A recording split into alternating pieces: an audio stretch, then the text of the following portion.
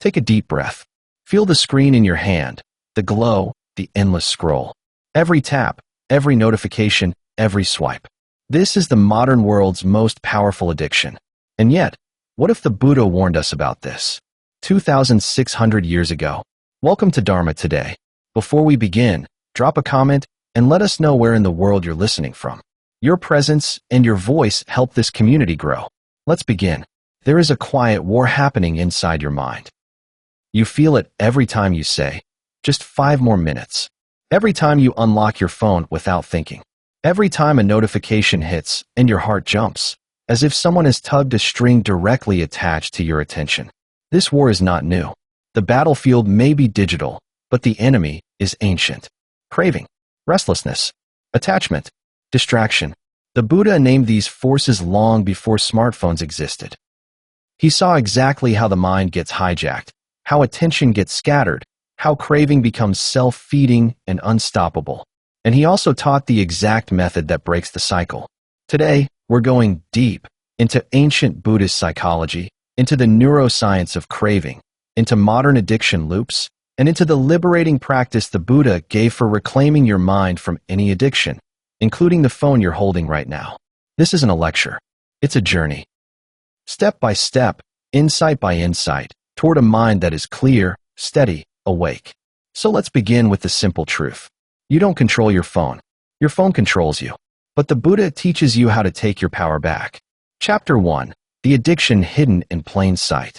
Your smartphone is not simply a tool. It is a craving machine, designed, engineered, and optimized to capture the very things the Buddha warned us about.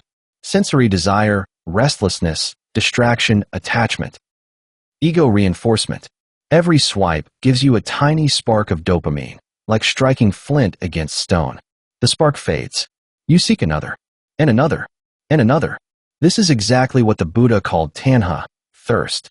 Not physical thirst, but the mind's endless reaching for stimulation, validation, pleasure, escape. He described it like this. Dependent on the eye and forms, consciousness arises. Contact gives rise to feeling. Feeling gives rise to craving. In modern terms, you see something on your screen. It makes you feel something. The feeling becomes craving. The craving becomes scrolling. The scrolling becomes the habit loop. The ancient teaching is simple. Craving grows when you feed it. Craving dissolves when you understand it. So today, you're going to understand it. But first, a story. The farmer and the raven. A farmer once sat under a tree eating his meal. A raven perched above him, waiting, watching. Every time the farmer lifted food toward his mouth, the raven leaned forward, eyes focused. Tap, tap, tap. The farmer laughed and tossed the raven a crumb. The raven swallowed it instantly. The next day, the raven came again. The farmer gave more crumbs. More crumbs created expectation. Expectation created dependency. Soon the raven grew bold, landing on his shoulder, stealing food from his hands. One day the farmer stopped feeding it. The raven shrieked, clawed at his hat, and flapped wildly around him. The farmer said, "I didn't create this bird, but I fed what it became." Your smartphone is the raven. You may not have built it, but you have fed the craving it triggers. And the Buddha's lesson is clear. If you feed craving, it grows wings. But here's the good news. If you stop feeding it, its power collapses. Chapter 2. The Buddha's warning about sense addiction. When the Buddha spoke of suffering, he did not describe physical pain first. He described something far more subtle. The mind's addiction to stimulation. Not alcohol, not drugs, not wealth, not pleasure. Stimulation itself. The mind constantly reaching for something new, something exciting, something distracting. Sound familiar?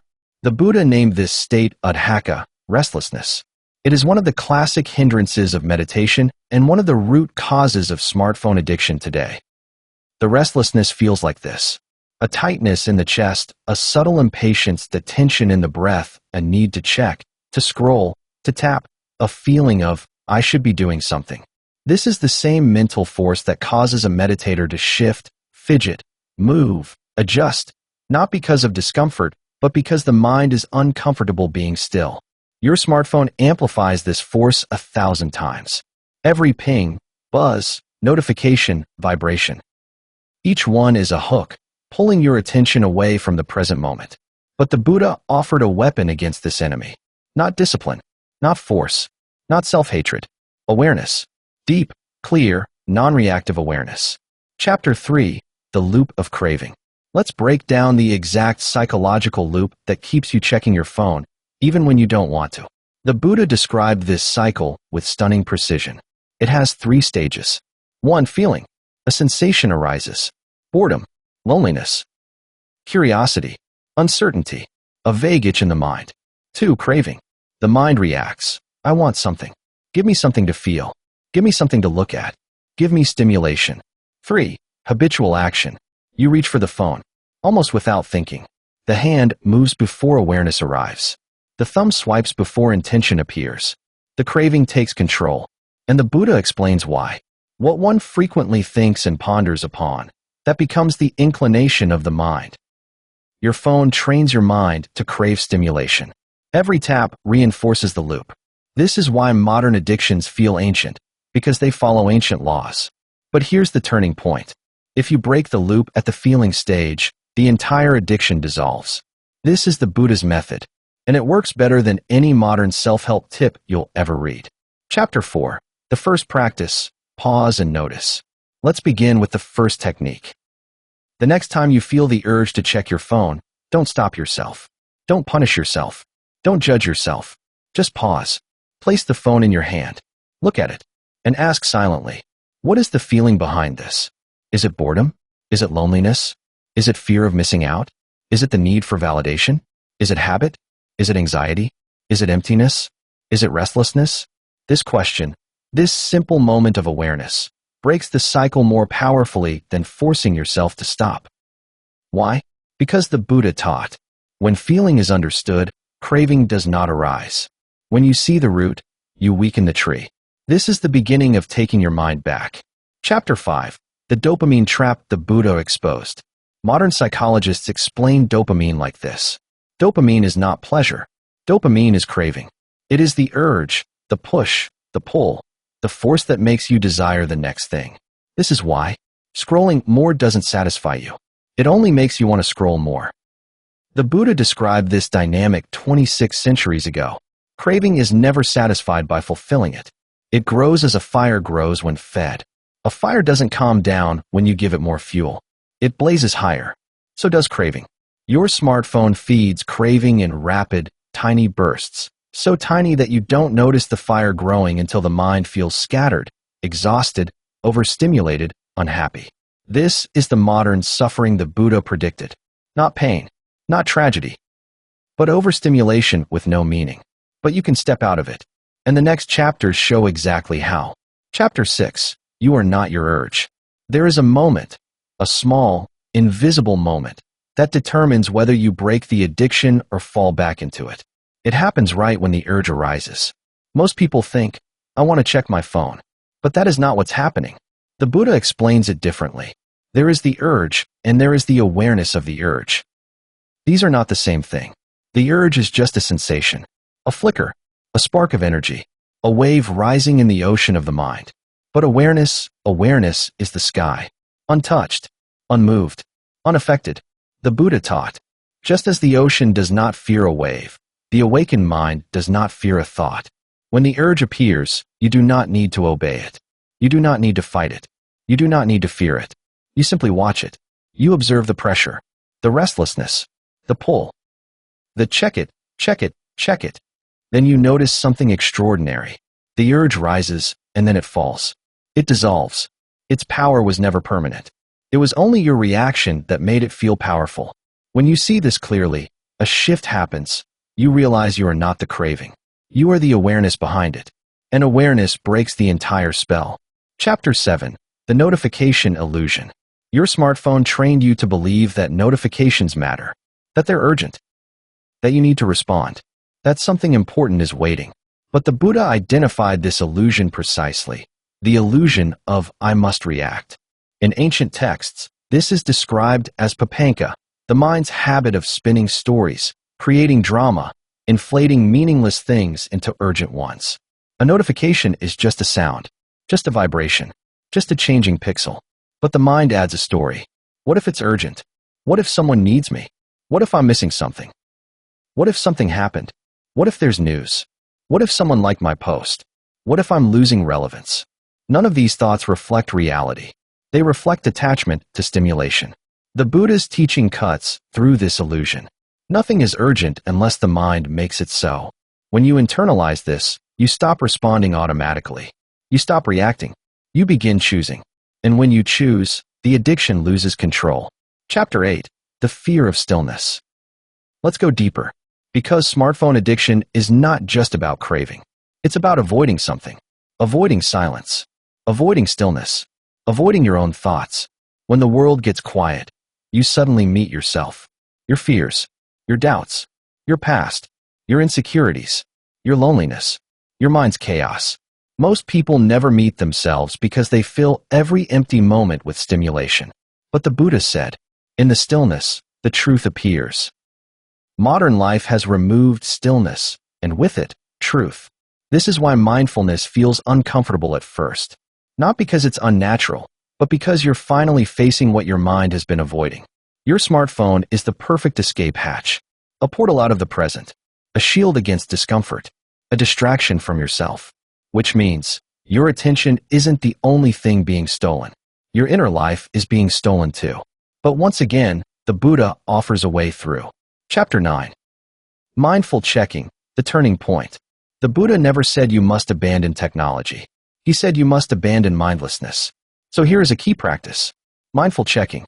Every time you check your phone, you bring full awareness to the experience. You notice the sensation in your hand, the temperature of the device, the motion of your thumb, the desire in the mind, the microtension in the chest, the emotional state before and after you unlock it. That's it. You don't need to reduce usage. You don't need to force anything. You simply bring attention to the act itself. Because the Buddha taught, where mindfulness enters, craving cannot stay. When you unlock your phone with awareness, it feels different. You notice how mechanical the motion is. You see the intention behind it. You see the craving behind the intention. You see the feeling behind the craving. And suddenly the spell breaks. Not by fighting yourself, but by observing yourself. This is the heart of the Buddha's method. You don't stop the behavior. You stop the unconsciousness behind it. Chapter 10. The Escape from Constant Stimulation. The Buddha described something that perfectly matches our modern digital lives. A mind that chases stimulation is a mind that cannot find peace. You know this feeling. You check your phone, put it down, then check it again moments later. Why? Not because something happened, but because your mind forgot how to rest. It became trained to expect stimulation, like a muscle that twitches even when you're not using it. So how do you break this? Not by forcing silence, but by cultivating simple contentment. The Buddha taught a practice called santuthi, contentment with the present moment exactly as it is. Contentment is the antidote to craving and overstimulation. Try this right now. Feel your breath. Feel the stillness between breaths. Feel yourself listening. This moment is enough. You don't need anything more. You don't need to check. You don't need stimulation. For a brief second, the craving loosens. The fire cools. The mind rests. This is the beginning of freedom. Chapter 11. When the mind becomes a scroll. There's a moment in every addiction when the brain stops choosing and starts drifting. You know the moment. You open one app. Scroll. Jump to another. Scroll. Open a third. Scroll. Back to the first. Scroll. Minutes pass. Sometimes hours. You're aware you're scrolling, but you're not really there. The Buddha described this state perfectly. The mind scattered and wandering finds no rest. Your mind becomes like a scroll feed, endless, restless, hungry, never satisfied. This is bhavatanha, the craving for becoming. The craving for something to happen. Something new. Something different. Something stimulating. But the Buddha reveals the hidden truth. Nothing you scroll through ever fills the emptiness that made you scroll in the first place. The emptiness doesn't come from lack of content. It comes from lack of presence. And presence is what we restore now. Chapter 12. Breaking the autopilot brain. You don't choose to check your phone. The habit chooses for you. Here's the ancient explanation. Sakra, mental formations, patterns that repeat automatically, habits programmed deep into consciousness. When the Buddha spoke of these, he was describing the same mechanism neuroscientists now call automaticity. A habit so strong that it activates before thought. This is why your arm reaches for your phone even when you know you don't want it. But habits can be reshaped through mindful interruption. Here's the method. For the next 24 hours, every time you reach for your phone, pause 1 second. Just one. Notice the moment. Notice the urge. Notice the habit. This single second rewires the automatic pattern. The Buddha called this a moment of clear knowing. Tiny interruptions lead to massive transformation. You reclaim your attention one pause at a time. Chapter 13. The digital mirror of the ego. You want to know a hard truth? Your smartphone doesn't just feed craving. It feeds your sense of self, your digital profile, your curated photos, your likes, your follows, your comments, your responses, your identity. All of it becomes a mirror showing you not who you truly are, but who you want others to think you are. The Buddha warned about this illusion. He called it Advaita, the obsession with the self-image. Smartphones amplify this delusion. The image of you, the story of you, the performance of you. It becomes a cage, a prison built from identity. But the Buddha said, when the self is clung to, freedom fades. Smartphone addiction is not only about stimulation.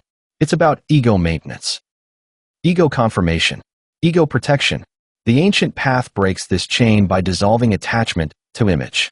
Awareness returns you to reality, the you who exists beyond screens, beyond approval, beyond likes.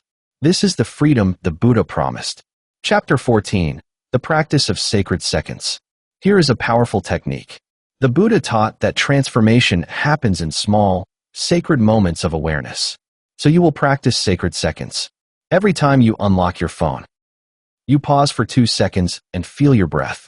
Just 2 seconds. Deep, slow, complete. On the breath in, you feel the craving. On the breath out, you release it. In Buddhist training, these micro moments build momentum. They weaken craving. They strengthen clarity. They expand presence. After a few days, you will feel the shift. Your phone will stop feeling like a magnet. It will feel like an option. This is the beginning of liberation. Chapter 15. The silence the Buddha loved. There is a silence inside you that your smartphone has been drowning out for years. A silence deeper than boredom, deeper than restlessness, deeper than thought. A silence where wisdom lives. The Buddha cherished silence not as an escape, but as a doorway. He taught, in the quiet mind, truth reveals itself. This silence heals the mind at a level no stimulation can reach. So here is your practice. Sit with no phone for 5 minutes a day. Just 5. Not meditating, not forcing, just existing. At first it will feel strange, uncomfortable, even irritating. That's the detox shaking loose. That's your mind remembering how to rest. That's the ancient self waking up. Over time, these moments expand. The silence becomes familiar, comforting, sacred, and your phone begins losing its grip. This is how the Buddha rewires the modern mind, not with force, but with stillness. Chapter 16. The restlessness within. Restlessness is the engine of addiction. The Buddha identified it long ago as one of the 5 hindrances. Not restlessness of the body, restlessness of the mind. When you're sitting still and suddenly feel the urge to check your phone, that's not boredom. That's not curiosity. It's udhaka, the mind fleeing the present moment. A mind afraid to be with itself seeks constant stimulation. But there's a deeper truth. Restlessness isn't a flaw. It's a message. It's your mind saying, I don't know how to rest anymore. You break phone addiction by teaching your mind to rest again. And the Buddha's method is simple. You don't fight restlessness. You watch it. You feel it. You breathe with it. You let it shake and move and pull without obeying it. Eventually, restlessness softens because it realizes it no longer controls you. That moment is the beginning of freedom. Chapter 17. The delay practice. Here is an ancient technique reborn for the digital age. The Buddha taught the value of wholesome delay, creating space between impulse and action. You will use it like this. When the urge to check your phone arises, delay 5 seconds. Just 5. You breathe in. You breathe out. You watch the craving move inside you like a wave rising from the ocean floor. You don't fight it. You don't fulfill it. You simply delay. Why does this work? Because craving is like a match. It burns fast and burns out quickly when you don't ignite it. 5 seconds is enough to break the automatic reaction. 5 seconds is enough to weaken the habit loop. 5 seconds is enough to remind you. You are the observer, not the craving. This is the power of a small mindful delay. Chapter 18. The Buddha's teaching on scrolling. Scrolling is modern samsara. Endless, circular, unfulfilling, repeating, a loop with no destination. The Buddha described samsara as running in circles, seeking what can never satisfy. He didn't need a smartphone to understand the pattern. Scrolling feels like progress, but it leads nowhere. It feels like discovery, but leaves you empty. It feels like entertainment, but drains energy. When you scroll, you're not moving through content. You're moving through your own craving. The content isn't the trap. Craving is. This realization marks a turning point. You stop ing to control the phone. You start understanding the mind. And understanding is the beginning of liberation. Chapter 19. Finding joy without stimulation. You may believe you need your phone to feel entertained, engaged, connected, alive. But the Buddha taught a different kind of joy, a quiet, steady joy that doesn't depend on stimulation. He called it piti, the rapture of presence. It arises not from noise, but from awareness. Not from excitement, but from clarity. Try this now. Take a slow breath. Feel the subtle pleasure in the simplicity of being here. Listening, breathing, existing. This joy is always available. It costs nothing. It requires nothing. Phones deepen restlessness. Presence deepens joy. And the Buddha taught, the one who knows stillness knows true happiness. When you taste this joy, even for a moment, the grip of your phone begins to loosen. Chapter 20. Comment check-in. This audiobook is long and deep. A journey inward, a confrontation with the modern world, a return to the ancient self.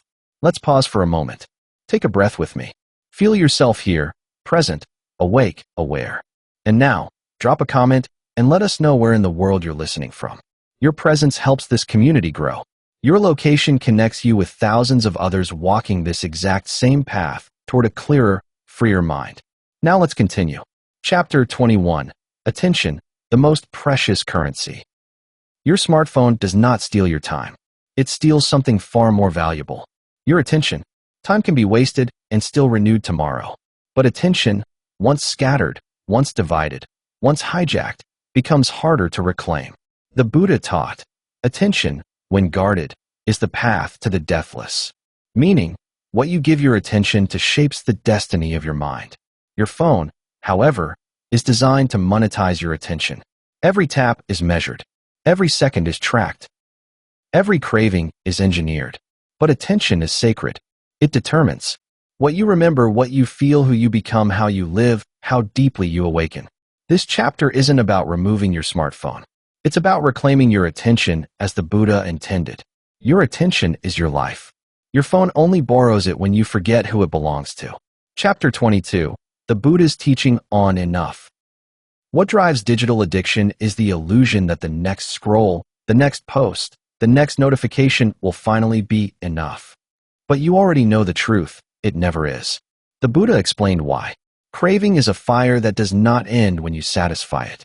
It ends when you stop fueling it. He taught a radical idea. The one who knows enough, knows peace. So ask yourself, when was the last time you felt like you had enough stimulation? Enough scrolling? Enough information? Enough noise? The digital world trains your mind to crave more, which means you feel not enough every day. But the Buddha's path works differently. You quiet the craving. You slow the pull. You soften the hunger. And suddenly, a new sensation appears. Sufficiency. Contentment. Enoughness. This is the antidote to the endless scroll. Chapter 23. The Practice of Intentional Use. Here is another concrete practice based on the Buddha's training in mindfulness. Intentional use. Before you unlock your phone, ask one question. What is my purpose right now? Not the craving, not the habit, not the impulse. The purpose. You might say, to message someone, to check the time, to respond to work, to look something up. When the purpose is clear, the addiction weakens. Because addictions rely on unconscious use. Intent breaks unconsciousness. The Buddha used the word sati, remembering. Remembering your intention. Remembering your path. Remembering your mind. When you remember why you're using your phone, you stop being pulled by every urge. Your phone becomes a tool again, not your master. Chapter 24. The Digital Self and the Real Self. Your digital life is a reflection, not a reality.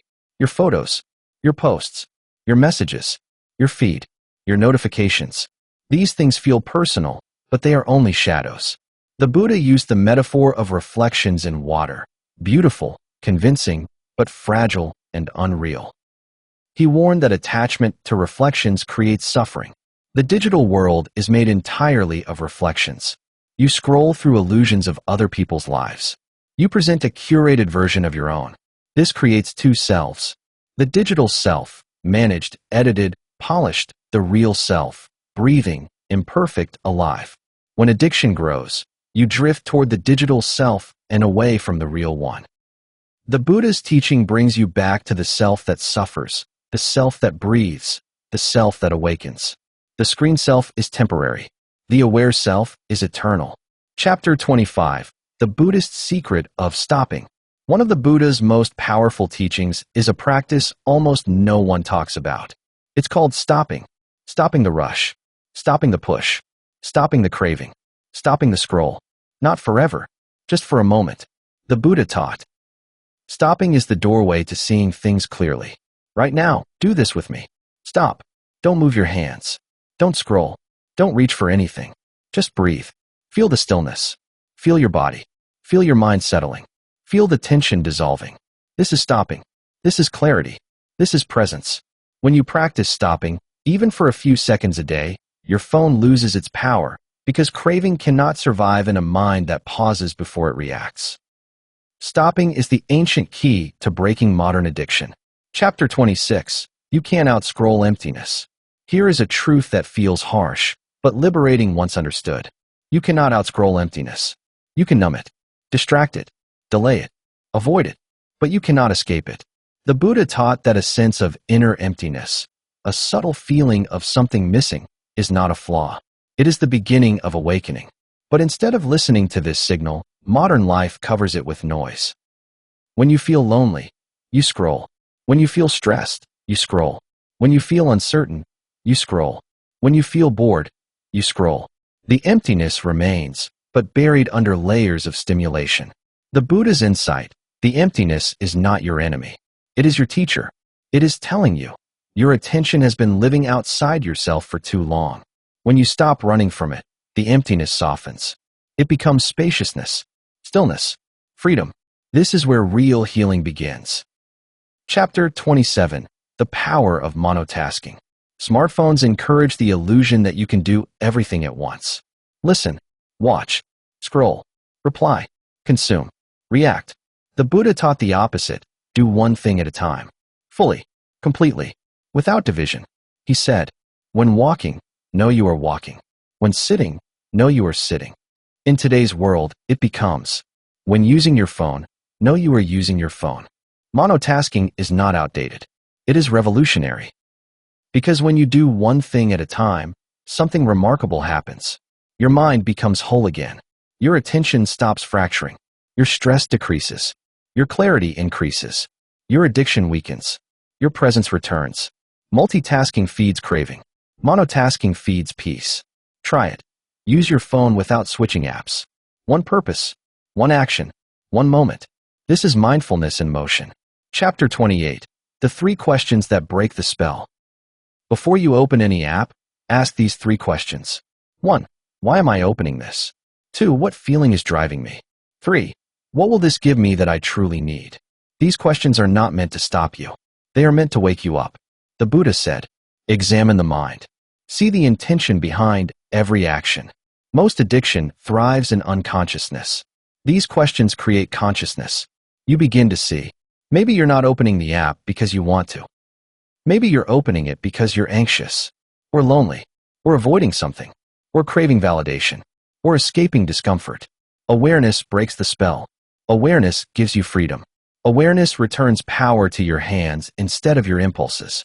The more you ask these questions, the gentler your mind becomes. The clearer your intentions become. The weaker the addiction becomes. This is wisdom in real time. Chapter 29. Discomfort is not danger. Addiction teaches you to avoid discomfort at all costs. The Buddha teaches you to understand discomfort so it no longer controls you. You feel a little bored and your hand reaches for your phone. You feel a little anxious and your fingers swipe for distraction. You feel a little lonely and your mind searches for stimulation. But discomfort is not danger. It is simply sensation. The Buddha discovered a profound truth. Discomfort only controls you when you refuse to sit with it. The moment you observe it, really observe it, its power dissolves. Try it. Next time you feel the urge to check your phone, don't obey. Don't resist. Just feel. Feel the restlessness. Feel the craving. Feel the pressure. And notice, nothing bad happens. The discomfort rises and falls. You survive the feeling your addiction told you to fear. This is liberation. Chapter 30. The Midway. Not quitting, not indulging. The Buddha taught the middle way. Not extremes. Not repression. Not indulgence. The middle way with smartphones looks like this. Not throwing your phone away. Not drowning in it. But using it with wisdom. With clarity. With intention. This balance is powerful. You can enjoy technology without becoming enslaved by it. You can connect with others without losing connection to yourself. You can use tools without being used by them. You can live in a modern world without abandoning ancient truth. The middle way is freedom right in the center of your life, not on the edges. This path doesn't require you to quit anything. It requires you to wake up. Chapter 31. Reclaiming your mind, one breath at a time. The Buddha taught that liberation is never sudden. It is gradual, moment by moment, breath by breath. Breaking addiction is no different. You don't reclaim your mind in one day. You reclaim it in a series of small victories. One conscious breath, one paused urge, one mindful check, one intentional action, one moment of stillness. The modern world pushes speed, but awakening moves slowly, like water carving stone. Every moment of awareness weakens craving. Every breath of clarity strengthens freedom. This is the path back to yourself. Chapter 32. The world behind the screen. Behind every smartphone is a hidden truth. You are living in two worlds. The world of pixels and the world of presence. The digital world is instant, loud, addictive. The real world is slow, gentle, alive. You were not born for the digital world. You were born for the present moment. You were born to taste your food, to feel sunlight, to hear silence, to breathe fully, to connect deeply, to live awake. The Buddha reminds you, do not live in the shadow of life.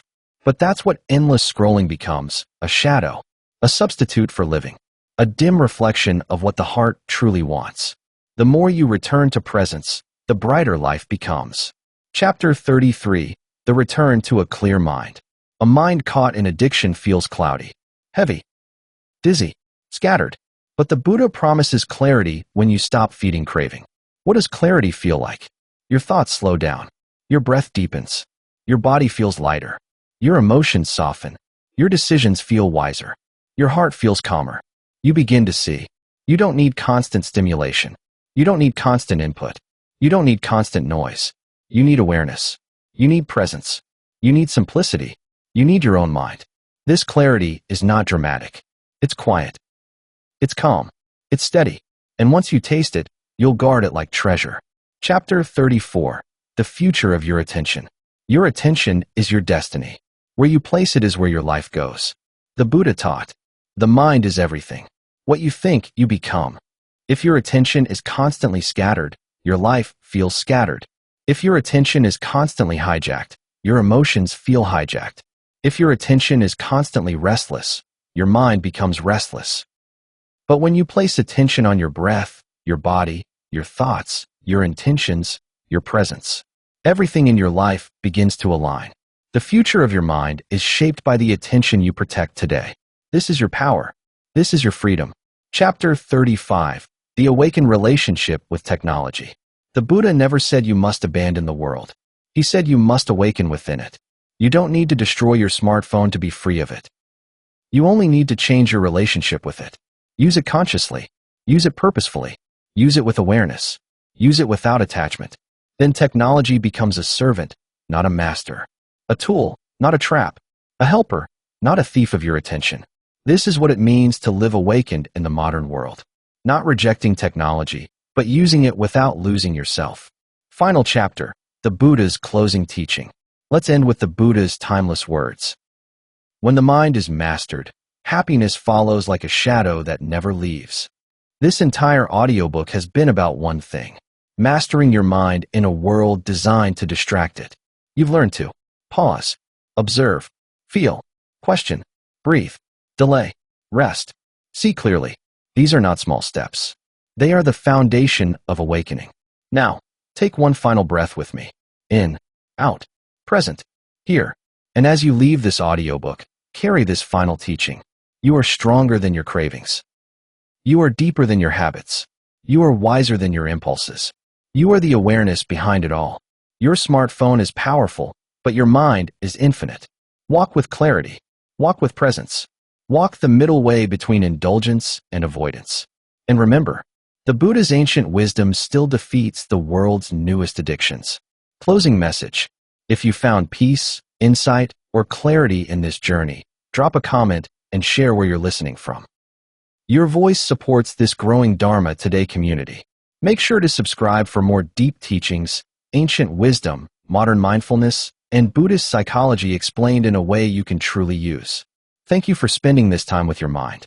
Thank you for choosing awareness over autopilot. Thank you for walking this path with us. May you be grounded. May you be present. May you be free.